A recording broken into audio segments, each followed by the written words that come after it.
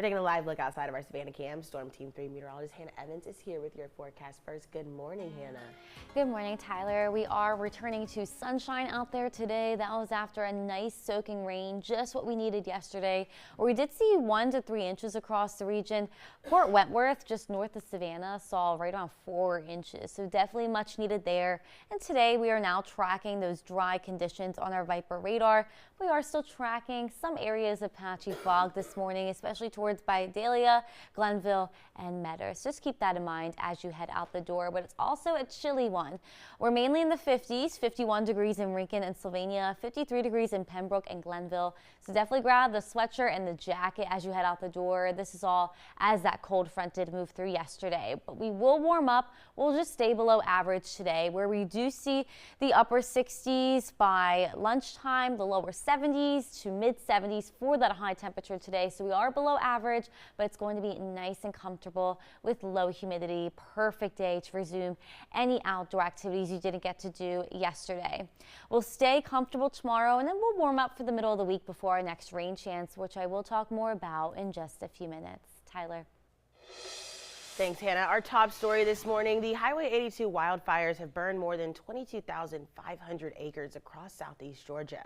110 structures have been damaged, but we do have some good news to report. More than 60% of the fire is contained, but it is not out completely. WSAV's Jillian Coles went out to Brantley County, and she has an exclusive look at how crews are using technology to stop the spread. Until everything is good and cold, we're not going to consider that contained. As of Saturday, officials say the Highway 82 wildfires are 64% contained. Casey Tudor with Georgia Forestry Commission says the vegetation in the ground is holding on to heat. Right now, especially with the rain, we're having minimal flames. Most of the fire activity today is going to be smoldering. So even though you're not going to see live flames, there's plenty of potential if conditions dry up again to see some actual fire activity. To find what can't be seen from the ground, crews are scanning from the sky. Highway 82 fire traffic, unmanned Romeo 36 in the blind, altimeter 2983. Unmanned aircraft system pilots are using drones equipped with infrared cameras to detect heat spots before they ignite again. One individual is monitoring airspace to make sure that there are no other aircraft around, listening to radios for that same reason, and then coordinating with ground resources. Pilots operating the aircraft and the visual observers monitoring the aircraft's telemetry, we call it, so battery, distance away from home, connectivity, and then also watching the monitor to identify the heat signatures. From there, pilots send the coordinates of the heat spots to crews on the ground. So we're having to go in there and actually do what we call mop-up, which are looking for those hot spots and actually going in, breaking up the soil, adding water to it, and kind of stirring it around, much like you would put out a campfire. While progress is being made, Tudor warns residents that the heat signatures can flare up at any point. In the drought conditions that we've had, really within a few days, you can already start to see that drought activity start to come back. Fuels will dry out. They'll give up that moisture that they've been holding during this rain. So realistically, until we have made sure that every area of the fire is cold and safe, this fire will continue to be worked. So. That was Jillian Coles reporting. Officials say an area can't be considered contained until all hotspots are completely out.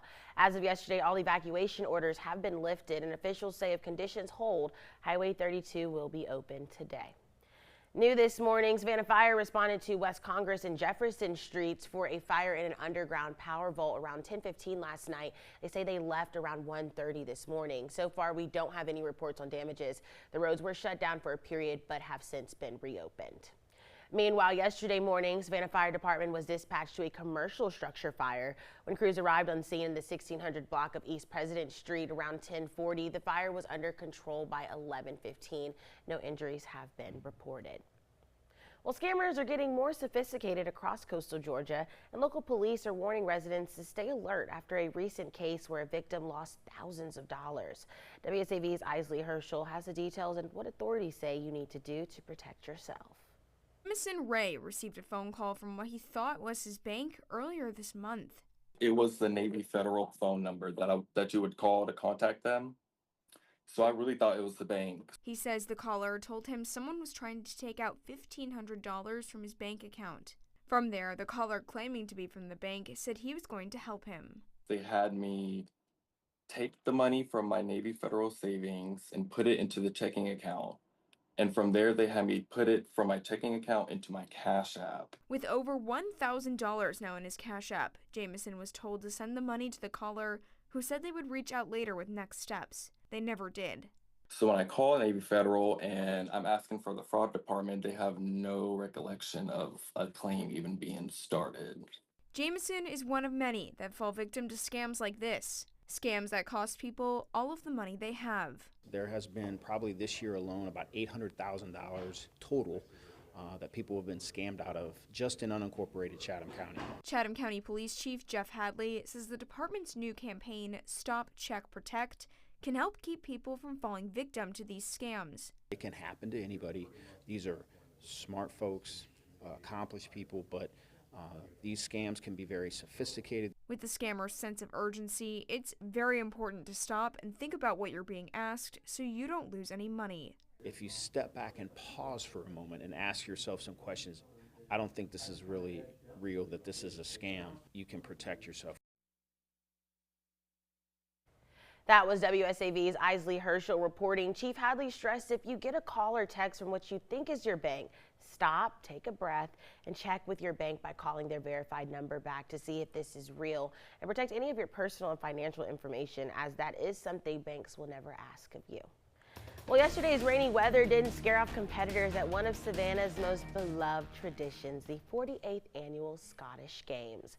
The festival celebrates Celtic culture with live music, athletic events, dancing, reenactments, traditional food, whiskey tastings, and a lot more. The president of the Games told WSAV that if anything, the dreary weather made the day more authentic. We're in Scotland in Savannah.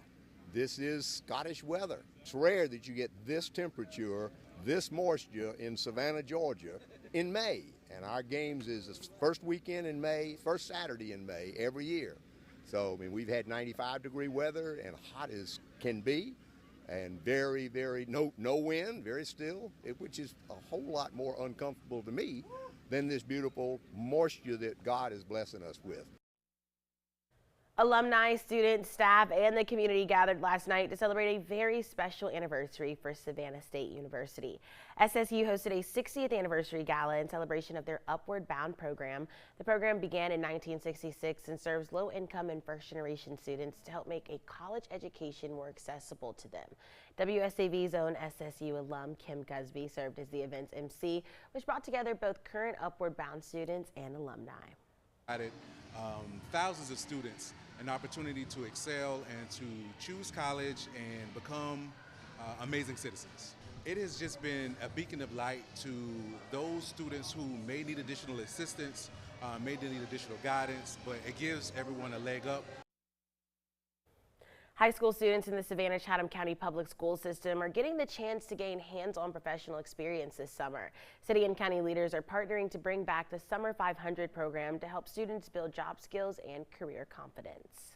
The program will connect local businesses across Chatham County with SCCPSS students for paid internships.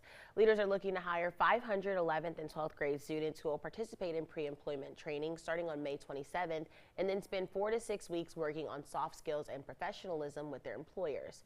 One former participant says the program helped him professionally in ways the classroom couldn't.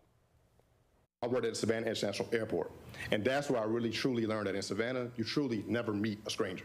And I took that with me everywhere I went. I learned how to network. I learned how to walk in the room with confidence. I learned how to speak well, and I took that with me. Students who apply will be paired with employers to best fit their career goals and skills. Students and businesses wanting to get involved can find information on our website, wsav.com/summer500. Well, we've got just under a month to go before we give away this year's St. Jude Dream Home. Now, there is another brand new bonus prize available if you get your tickets now.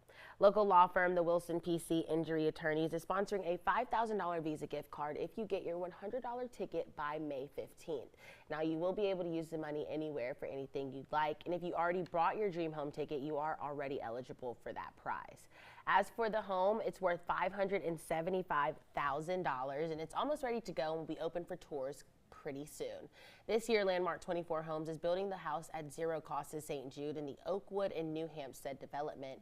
And once we sell all the tickets, you all will have helped raise $810,000 for the hospital.